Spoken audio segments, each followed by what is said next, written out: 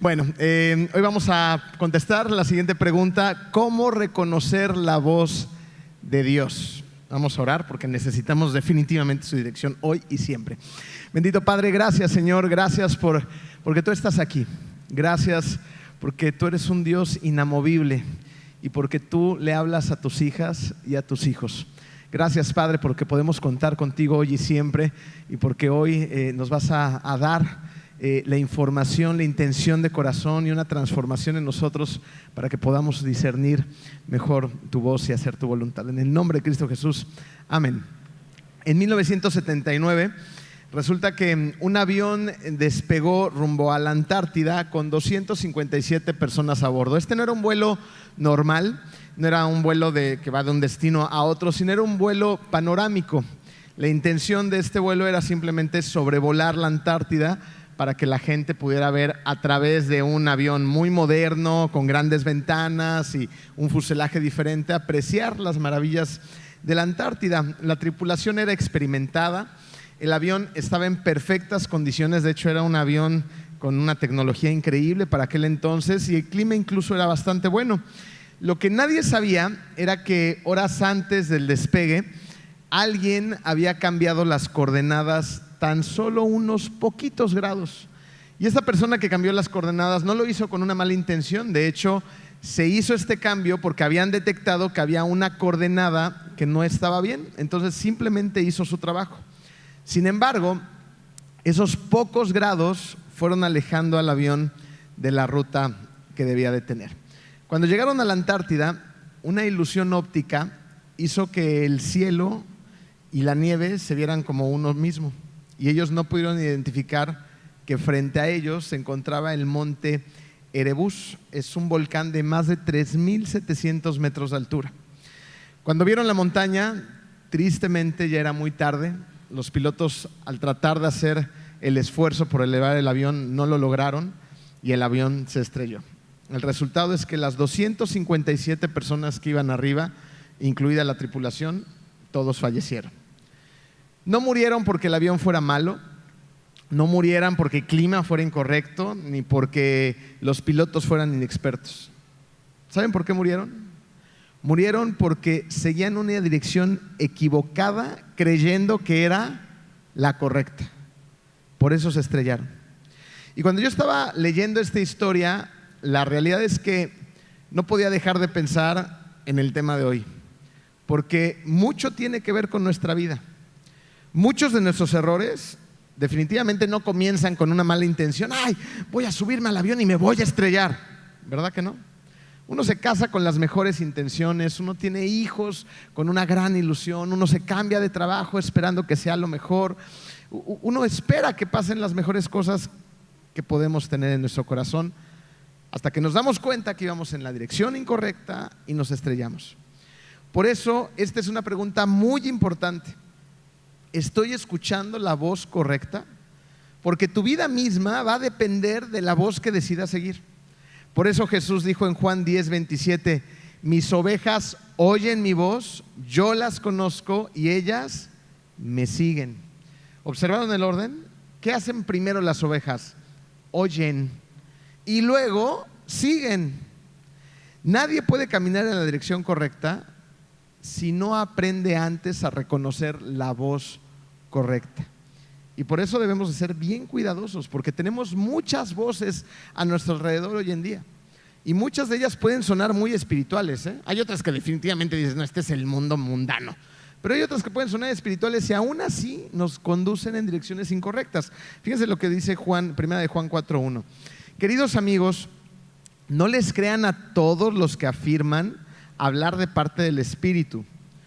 Pónganlos a prueba para averiguar si el Espíritu que tienen realmente proviene de Dios, porque hay muchos falsos profetas en el mundo. ¿A quién le está escribiendo Juan? Juan le está escribiendo a creyentes que estaban viviendo en medio de afirmaciones espirituales, pero que eran contradictorias, porque había personas que hablaban en nombre de Dios y lo que estaban haciendo era disminuir el Evangelio o ir en contra de lo que Jesús enseñó. Es por eso que Juan no nos pide que vivamos desconfiando de todo, pero tampoco nos dice que aceptemos cualquier cosa simplemente porque parece espiritual. Juan nos dice, sométanlo a prueba para ver si es de Dios. Y eso es exactamente lo que vamos a aprender a hacer el día de hoy. Vamos a ver 4 pruebas que debemos de llevar a cabo cuando pensemos que Dios nos está hablando. ¿Están listos? Bueno, vamos con la primera prueba. Y para esto nos tenemos que hacer la siguiente pregunta. Número 1 en tu programa. ¿Esto que estoy escuchando, percibiendo, sintiendo, me hace más como Cristo? Su primer espacio en blanco es Cristo. Filipenses 2:5 dice, la actitud de ustedes debe de ser como la de Cristo. Fíjense, Pablo está hablándole a una iglesia que está enfrentando un montón de tensiones internas.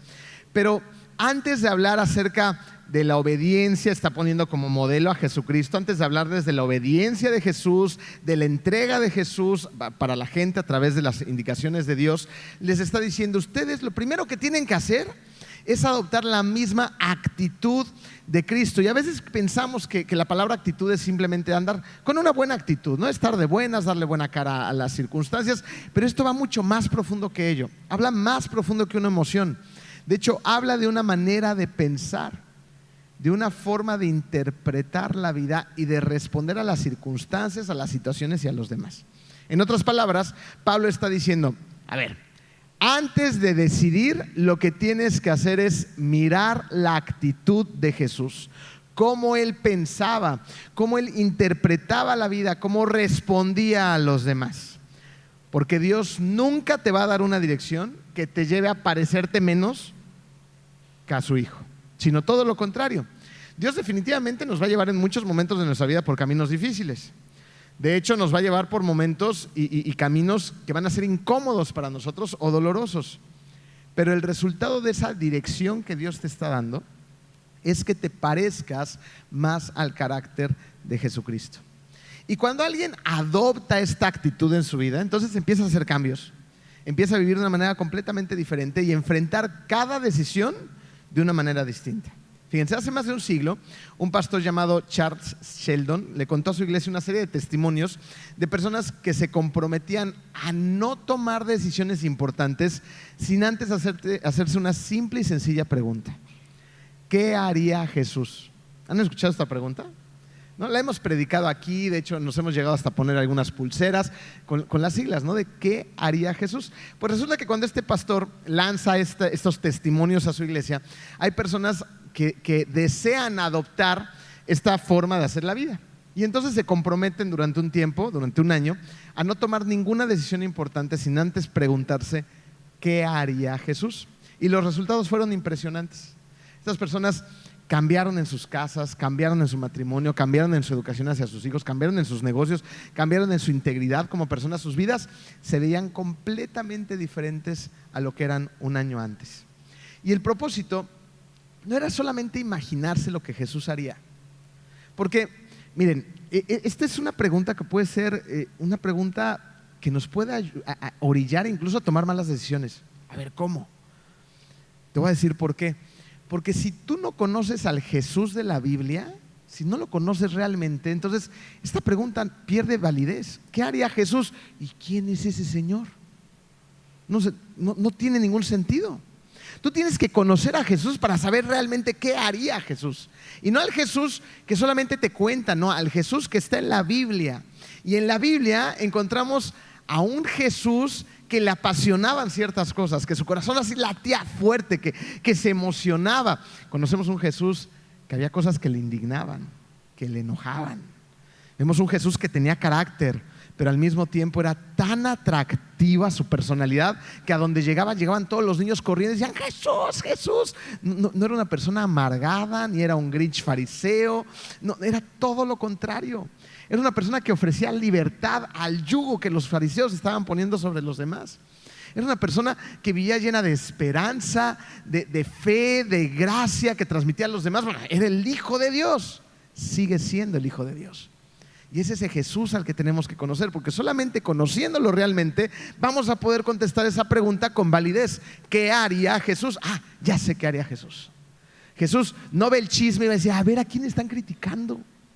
No, Jesús ve el chisme y dice, a ver, amigos, esto no es así, no es bueno, no edifica, destruye, Entonces me alejo.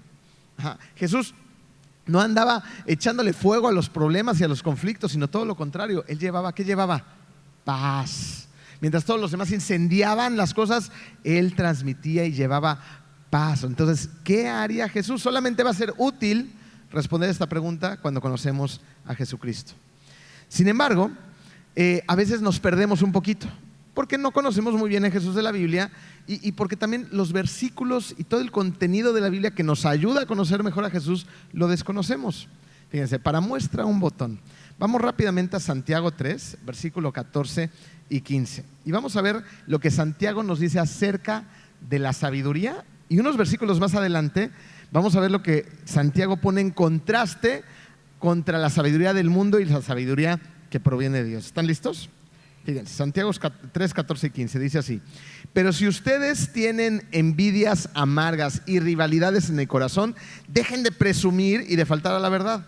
Esa no es la sabiduría que desciende del cielo, sino que es terrenal, puramente humana, y me ayudan al final, y diabólica, ¿no? Entonces, abusados, porque si nosotros solamente estamos dependiendo de la sabiduría humana, termina siendo, incluso según la Biblia, una sabiduría que puede llegar a ser diabólica. Unos versículos después, en el 17, vamos a ver el tremendo contraste. En cambio, dice Santiago, la sabiduría que desciende del cielo es ante todo pura y además pacífica, bondadosa, dócil, llena de compasión y de buenos frutos, imparcial y sincera. Entonces Santiago acaba de darnos una claridad absoluta para que tú puedas discernir entre la sabiduría del mundo y la sabiduría que viene de Dios. Puedas distinguir entre la voluntad y la voz de Dios y la del mundo. ¿Ok? Y para que nos quede claro, le hicimos una tablita. Ahí les va. Sabiduría que no viene de Dios. Esta nace ¿de dónde? De la envidia. Pero la que viene de Dios es pura en sus motivos, en sus motivaciones. La sabiduría del mundo está impulsada por una rivalidad, por ambición. Quiero más, tengo rivales a mi alrededor. Mientras la que viene de Dios busca la paz. La del mundo se enfoca en competir, en sobresalir. Vemos a todos como competencia y queremos pasar sobre ellos, queremos ser las personas más visibles. Pero la que viene desde el cielo mira desde la perspectiva de Dios. Es bondadosa y considerada. La terrenal solo mira lo inmediato y conveniente, pero la del cielo tiene una perspectiva, ¿sabes cómo? Eterna. Dejamos de pensar en lo inmediato, en la inmediatez. Nos decimos, a ver, esto a largo plazo, y a un largo plazo, en cuestiones eternas, ¿cómo va a agradar al Señor?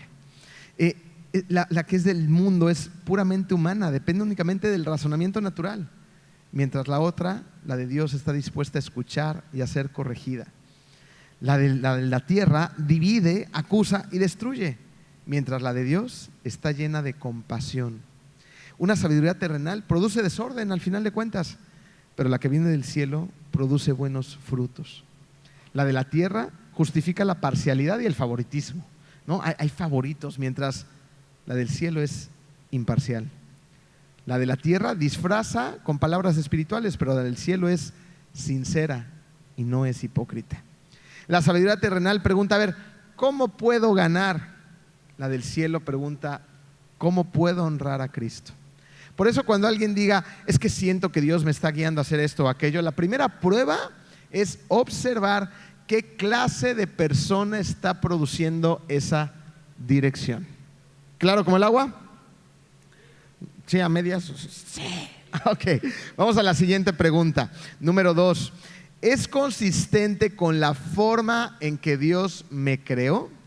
Este versículo, yo creo que muchos de ustedes lo conocen, y si no lo conoces, hazlo tuyo, por favor. Efesios 2:10 dice, porque somos hechura de Dios, creados en Cristo Jesús para buenas obras, las cuales Dios dispuso de antemano a fin de que las pongamos en práctica. Aquí podríamos armar un sermón completo solamente de este versículo, pero nos vamos a enfocar en la primera parte. Somos hechura de Dios.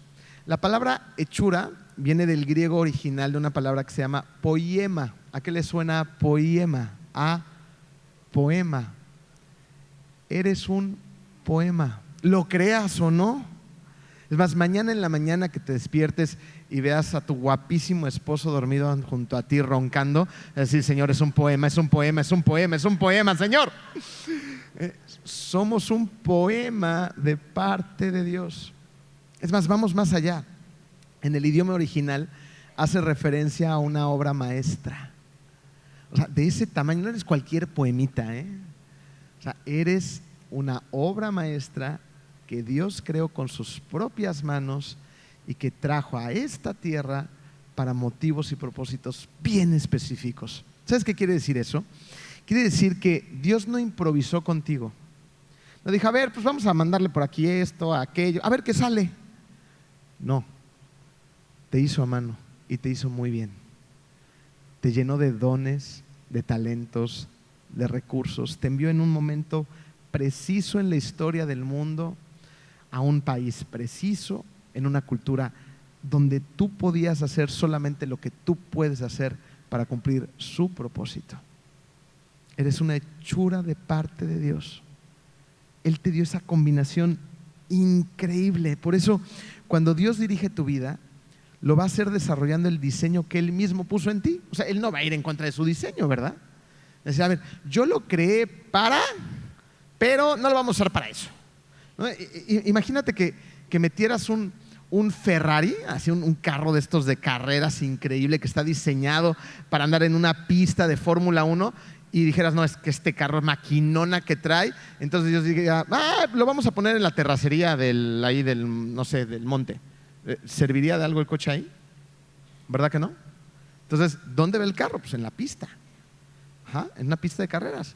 Y para la terracería, pues va a traer un Homer así con sus llantotas y sus respiraderos y se va a ver tosco y brusco, pero va a tener la fortaleza para estar ahí. O sea, Dios te va a poner en el lugar donde tienes que estar. Lo que pasa es que tú y yo muchas veces vamos en contra del mismo diseño y por eso no cumplimos nuestro propósito. No lo estamos escuchando a Él, estamos escuchando los impulsos de nuestro corazón, la sabiduría de nuestro corazón, la sabiduría que es de la tierra, no la sabiduría que viene desde el cielo. Y nos confundimos desde bien chavos. O sea, yo creo que sí hay que probar de muchas cosas para saber en lo que somos buenos, pero cuando descubrimos algo, bueno, vamos a perfeccionarnos en ello. Es como si a un muchacho le pusieran, tuviera dentro de sí el sueño de ser un campeón de olimpiadas. Pero el muchacho no da una, o sea, se tropieza con sus propios pies. Y dices, no, amigo, lo tuyo es el arte. No, porque en el arte sí le da y tiene talento y puede llegar muy lejos. Entonces vamos a enfocarnos por acá. Pero al que le dio talento para llegar a las Olimpiadas va a descubrir su talento. Se va a dar cuenta que tiene una resistencia impresionante, que tiene buena musculatura, que tiene el cuerpo necesario, ¿no? Y luego va a ir acompañando de disciplina, perseverancia, constancia, todo lo demás para llegar al lugar donde quiera llegar. Y tú podrías a lo mejor preguntarte, ¿y esto qué tiene que ver con honrar a Dios? O sea, ¿cómo un atleta va a honrar a Dios? Híjole, de muchas maneras. Yo recuerdo una chica, cuando era pastor de jóvenes, que se acercó a mí un día y me dijo, oye, yo soy muy buena en mi deporte, verdaderamente era muy buena en lo que hacía. De hecho, consiguió una beca en la universidad gracias al deporte y le ha ido extraordinariamente bien. Y decía, ¿y cómo honro a Dios con esto? ¿No? Y en aquel entonces, la verdad es que yo estaba bastante inmaduro y le dije, pues ponte una playera que al final diga Cristo te ama, no sé, lo que quieras, ¿no? Y te subas al podio con ella y ya. No, pero va muchísimo más allá de ello. Fíjate, esa chica pues, tenía un equipo donde entrenaba. Y tenía una relación muy íntima, porque cuando entrenas, pues pasas mucho tiempo ahí con ellos. Tienes una excelente oportunidad de ser testimonio, de ser luz, de orar con ellos, de escucharlos, de predicarles a veces sin que se den cuenta. No, hasta que un día generas tal confianza que les empiezas a hablar directamente acerca de la palabra de Dios y la gente se empieza a acercar a Él. Esa persona era un tanto mediática, ¿no? Entonces, cuando hay notas en el periódico, en la tele, esto, el otro, o sea, hablas acerca de tu fe. Y si no pasan esa parte de la entrevista, pues ni modo, ellos lo pierden, pero ya lo escuchó por lo menos el reportero. Y sí, cuando ganas te levantas la camisa y con una camiseta abajo que diga lo que quieras, tenga tu versículo favorito. No sé, hay tantas maneras. Pero todo lo que te quiero decir es que todo el proceso de tu vida debe de llevar a la gente a Cristo. O sea, tu propósito, si tú dices, ¿y cuál es mi propósito en esta vida? Te lo voy a decir bien fácil. Ve y haz discípulos en todas las naciones. ¿Cómo? Por medio de los dones y talentos y recursos que Dios te dio. Eres contador y, bueno, yo un contador, ¿cómo? ¿No? Hay de godines en la oficina, sí. ¿No? Vas, llegas puntual, haces un trabajo de excelencia, eres honesto, eres íntegro, ¿no? La gente te conoce porque das buenos frutos.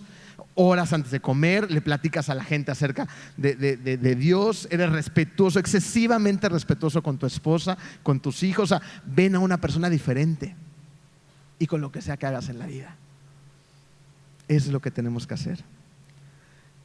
Piensa lo siguiente: cuando sientas que Dios te está guiando, hazte esta pregunta: ¿esta dirección que estoy sintiendo, percibiendo, desarrolla el propósito para el cual Dios me diseñó, o solamente está alimentando un impulso momentáneo? Si me desarrolla, vamos, ¿ok? Recuerda lo siguiente: Dios te diseñó a propósito para su propósito.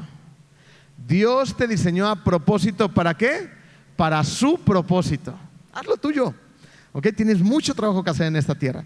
Número 3, la siguiente prueba, y para ello nos hacemos esta pregunta, tiene que ver con mi responsabilidad, porque muchas veces queremos que Dios nos explique, en lugar de lo que está haciendo con mi vida, queremos que nos explique lo que está haciendo con la vida de otras personas. Y por lo tanto, pues no podemos escucharlo porque estamos atentos de los demás. Y para esto, miren la maravillosa historia que encontramos en la Biblia, está en Juan 21. Resulta que Jesús ya ha resucitado. Okay, y más atrás en los versículos nos encontramos a Jesús yendo a una pesca milagrosa. No pescaba nada como de costumbre, de repente pescan mucho. Va a desayunar con los discípulos ya resucitados. ¿Se imaginan? Cristo resucitado desayunando con sus discípulos. Y momentos después va a tener una plática muy profunda y muy personal con Pedro.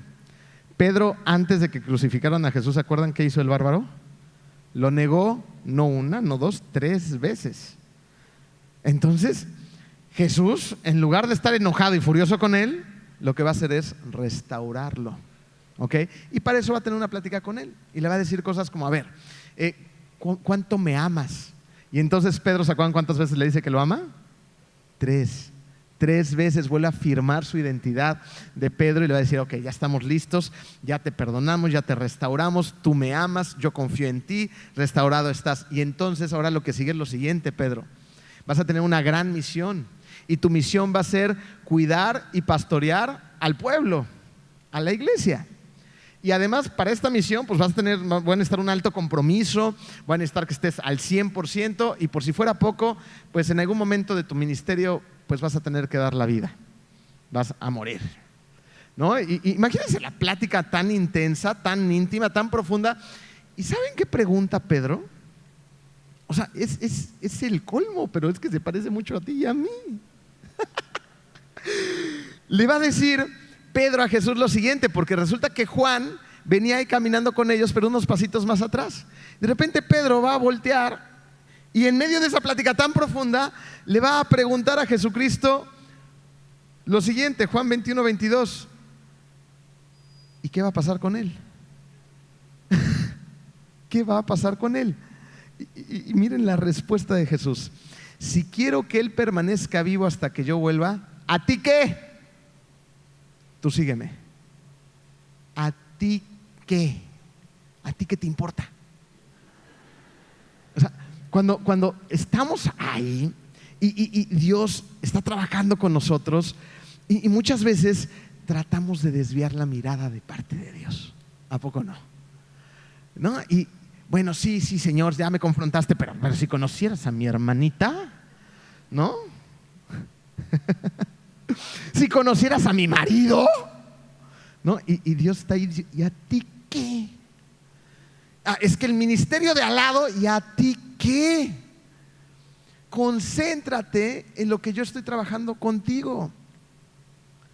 Somos bien chismosos, ¿no? Y a Dios no le agrada, ¿no? Nos andamos metiendo en la vida de los demás y estamos preocupados por todo lo de los demás. Y acuérdense de esto: ¿a ti qué? O sea, la próxima que tengas esa tendencia a ir a meterte en los asuntos que no te importan, ¿no? ¿A ti qué? A lo tuyo.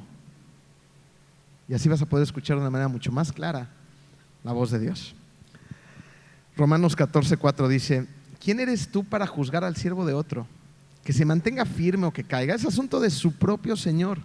Y después fíjense cómo termina: y se mantendrá firme porque el Señor tiene poder para sostenerlo.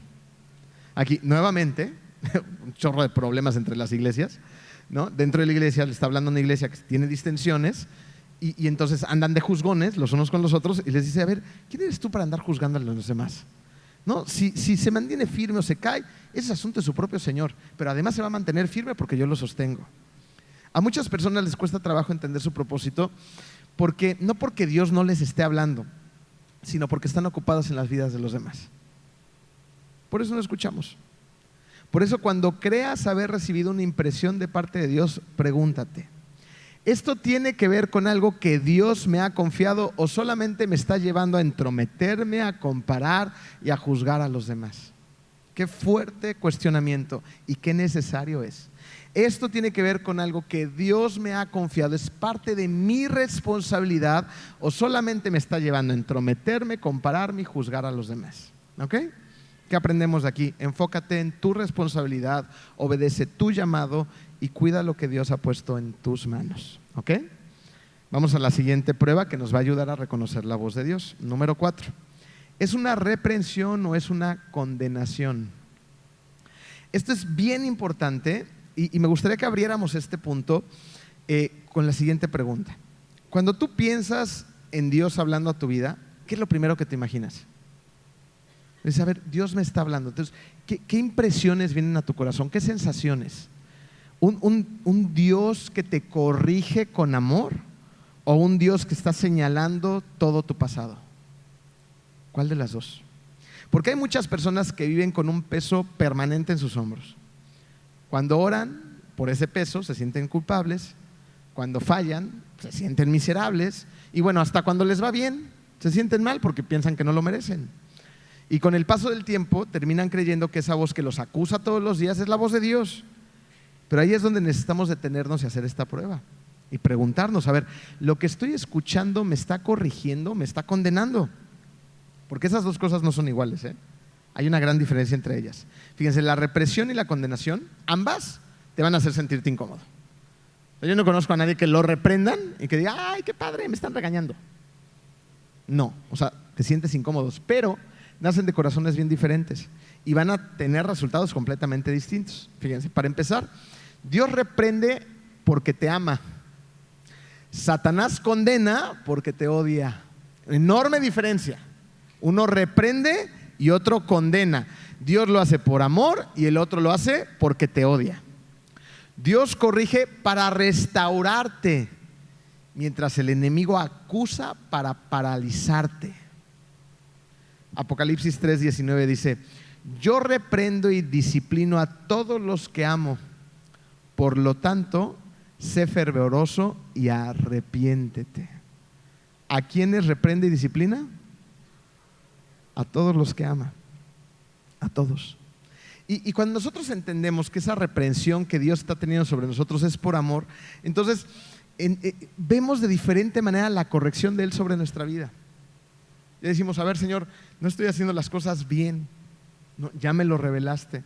Y Él está reprendiendo, te está corrigiendo el curso, porque si Él no corrige esos pequeños grados o esos grados enormes de los cuales te has alejado de tu curso inicial, ¿dónde vas a terminar?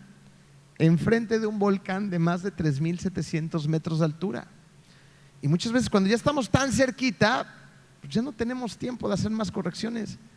Ya nos estamos estrellando, ya nos estamos escuchando la lámina crujir y toca explotar. Ya es demasiado tarde. ¿Qué asuntos hoy en día necesitas pedirle a Dios que corrija en tu vida? Ya, ahorita. O sea, ¿qué estás esperando? ¿Que tus hijos se te vayan de las manos por completo? ¿Que tu matrimonio así explote por completo? ¿Un divorcio? ¿Niños en malas prácticas? ¿Adicciones en tu vida? Lugares donde ya no puedes salirte de ahí porque ya es demasiado tarde, o sea, ya la enfermedad llegó a causa de los malos hábitos. ¿Qué estás esperando? ¿Que el colesterol esté tan alto? ¿Que la diabetes incontrolable que tienes porque no puedes cerrar la boca, termines sin un pie o ciego o muerto por no honrar el templo de Jesucristo? ¿Qué estamos esperando? O sea, hay correcciones que Él está haciendo ya. Malas prácticas en el negocio, ¿no? Malas relaciones destructivas, ya. Es tiempo de que atendamos la corrección de Dios, que es amorosa, que nos restaura para que regresemos al curso correcto y nuestra vida funcione para cumplir su propósito, no el nuestro. Esa es la reprensión de Dios. Una reprensión que sí a veces duele, definitivamente confronta, pero siempre tiene un propósito, ¿eh? Y el propósito es llevarnos al arrepentimiento para restaurarnos. Ese es el propósito. Mientras la condenación te lleva en otro camino, te está llevando a estrellarte. Te está recordando todo el tiempo lo que hiciste antes, te está recordando todo el tiempo que no eres digno, te está recordando todo el tiempo que Dios no te va a usar, o sea, puras mentiras, ¿eh? Y por eso Pablo escribe una de las declaraciones más liberadoras de toda la Biblia, ¿eh? La encontramos en Romanos 8:1, dice: por lo tanto, ya no hay ninguna condenación para los que están en Cristo Jesús. Y eso significa que si has puesto tu fe en Cristo, tus pecados han sido justificados por Él en la cruz. ¿Para qué? Para que puedas vivir como una hija y como un hijo perdonado y no como un prisionero de la culpa. Así que la próxima vez que sientas que Dios está hablando a tu vida, pregúntate: ¿esta voz me está acercando al Padre o me está alejando de Él? Si me está acercando al Padre, entonces es una voz que viene de parte de Dios. Si me está alejando, no es su voz. ¿Ok? Miren, durante estas semanas hemos aprendido que Dios sigue hablando. Y hoy, a través de estas 4 pruebas, aprendemos a reconocer muchísimo mejor su voz. Pero ¿sabes qué es un hecho? Lo que es un hecho es que si tenemos estas pruebas y las analizamos y las entendemos, no vas a servir de mucho si no reconoces que Él es el que te está hablando y decides seguir haciendo tu voluntad. O sea, ¿para qué te decía, no, sí, ya reconozco la voz de Dios, pero la sigo ignorando? ¿De qué sirve? Pues de nada. Necesitamos prestar atención y poner manos a la obra. No desperdicies más tiempo. Fíjate, la meta de estos mensajes no ha sido aprender una técnica para distinguir las voces y escuchar la de Dios. La meta es seguir a Dios. Esa es la verdadera meta. Que sí lo puedas escuchar para seguirlo. Quizá hoy Dios confirmó algo que ya venía hablándote. Entonces, ya entrégale ese corazón duro, ponte las pilas, obedécelo y haz lo que tienes que hacer. Te va a salir más barato. Que si desobedeces, sigues queriendo hacer tu voluntad, te va a salir carísimo. Ahora, ese es para el que está en Cristo, pero a lo mejor no es tu caso. A lo mejor tú apenas estás empezando en esto, estás viniendo a lo mejor por primera vez a la iglesia y no sabes ni qué onda. No, bueno, te tengo una noticia maravillosa. Hoy Dios te ha hablado por medio de su palabra. Y hoy Dios te está diciendo desde ahorita que tienes la libertad, tienes el libre albedrío y tienes la gran oportunidad de cambiar tu destino en esta tierra y en la eternidad. Él te está llamando. Él es el buen pastor. Y la única manera en la que reconozcas su voz es si le entregas tu vida al buen pastor. Hace unas semanas estaba predicándoles algo acerca de estos temas también y les conté una situación que hacen los pastores con las ovejitas que son rechazadas por la mamá oveja. ¿Se acuerdan? Que hay ovejitas que son rechazadas. ¿Por qué? No lo sé. Simplemente nacen, a algunas las acepta la mamá y a otras las patea y las avienta y no la quieren cerca de ellos. Entonces estas ovejitas están condenadas a la muerte porque necesitan de la mamá para amamantarse, para ser protegidas, para tener calor, para que aprendan a hacer la vida. Y entonces aquí entra la labor de un buen pastor. ¿Se acuerdan que el buen pastor hace algo súper relevante y súper importante con la oveja? La oveja que está siendo rechazada, el buen pastor va, la cuida, la abraza, le da de comer, le da lechita, la protege, le habla, hasta que esa oveja crece y ya es capaz de integrarse al rebaño. Bueno, la maravilla con esta ovejita es que esta oveja estuvo tan cerca del pastor que entonces identifica mejor que todas las demás la voz del pastor. Y cuando se encuentran en el rebaño y el pastor las llama, ¿se acuerdan cuál es la primera oveja en regresar al pastor? La rechazada. Ese puede ser tu caso, o pudo haber sido tu caso. La oveja rechazada, la oveja negra de la familia. ¿Alguien se identifica?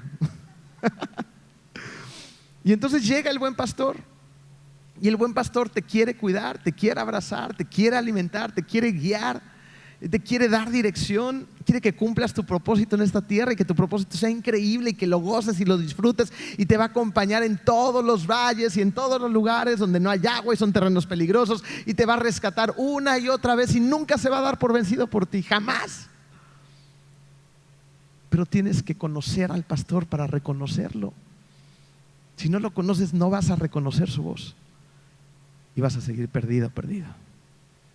Entrégale tu vida hoy. No te esperes más, porque después puede ser demasiado tarde y puedes estar enfrente del volcán. Vamos a orar. Querido Padre, gracias, Señor. Gracias por tu palabra, gracias por tu dirección, gracias por tu voz. Gracias porque hoy sabemos a través de tu palabra que tú nos sigues hablando, nos sigues dando dirección y que tú eres el buen pastor, Padre. Gracias, Señor, porque tú nunca abandonas a ninguna de tus hijas, de tus hijos, a ninguna de tus ovejas. Y porque estás ahí siempre cuidándonos, apapachándonos, poniéndonos también en retos para que crezcamos, Padre. Pero lo queremos hacer contigo, ya no queremos hacer la vida solos.